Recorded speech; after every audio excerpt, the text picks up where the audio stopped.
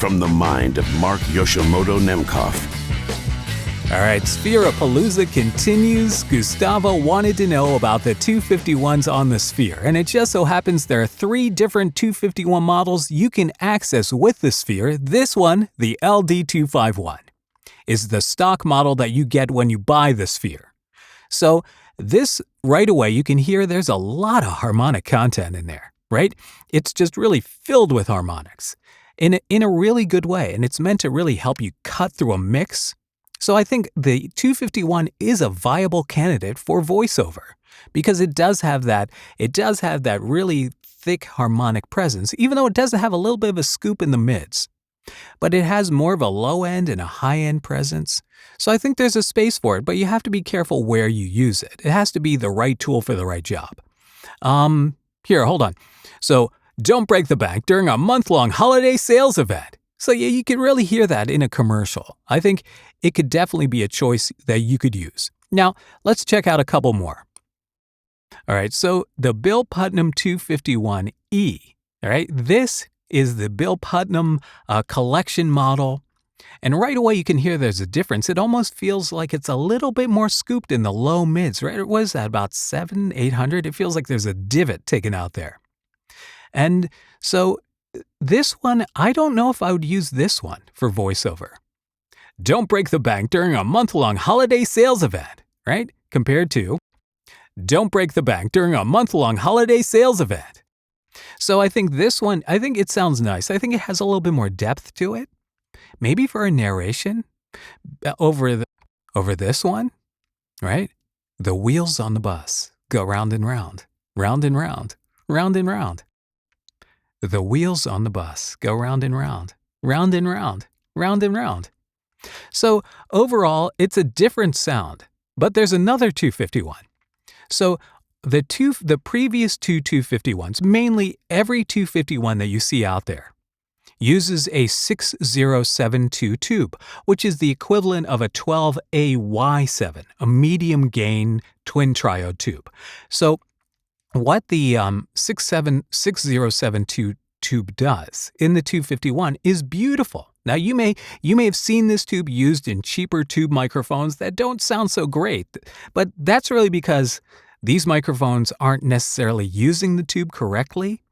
They may be using a 12AX7 to get as much gain as possible, but making it sound a little bit more shrill and harsh. But the 6072 in the 251 is really a beautiful thing. There's a lot of magic in there.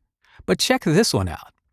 So the 251A, this is a different version of the 251 that uses an AC701 subminiature tube that you may recognize as the tube that is used in the original Neumann M49. So this is really a broadcast version of the 251. Because back in the day, back in the 50s and the 60s, there were broadcast entities in Europe that wanted to use these microphones but didn't want to use the larger tubes, so they created them with these subminiature tubes. So they have a little bit of a different sound. Don't break the bank during our month-long holiday sales event. Don't break the bank during our month-long holiday sales event. So I think overall the A sounds a little bit more clear for voiceover than the E does.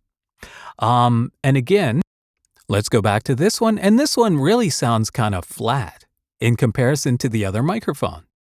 So you're really losing something. So it doesn't feel as full of harmonics as the stock 251.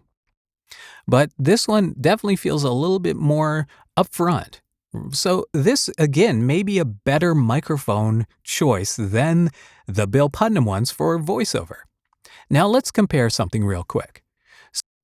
So the Oceanway collection does not have a 251 in it.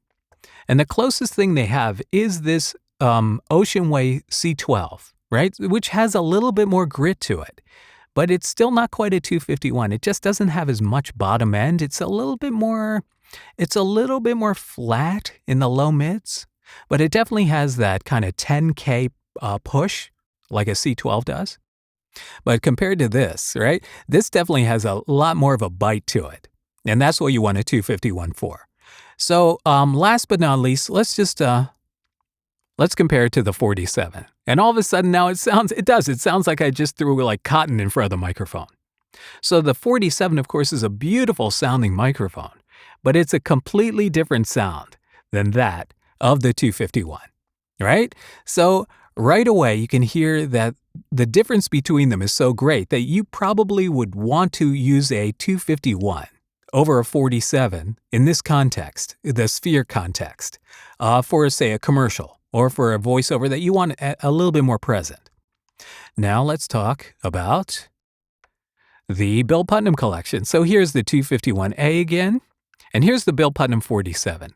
So the 251A and the 47 are really not that terribly far apart. This has a little bit more of a push in the upper mids, and of course the 47 has a little bit better in the lower mids.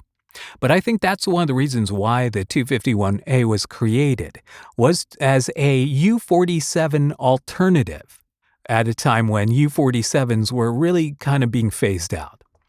So here's the 47, phased out because of the issue with creating the tube, and in that era, I think that really, companies wanted to buy, especially broadcast companies, they wanted to buy microphones that they knew would be around for a while. And I think the issues with the 47 and at that time they were building the 47s with PVC capsules. And the PVC at this point in time, a few years down the road, would start to get brittle and crack and break. So the 251 was really the new modern, newfangled, new kid on the block. So there you go. There is the 251A. Here's the 251E. And back to the LD251. So what do you think of the Sphere 251 series, right? Would you use them in voiceover? I want to know. Leave a comment. All right, until next time, this is Mark Yoshimoto Nemkov, fading to black.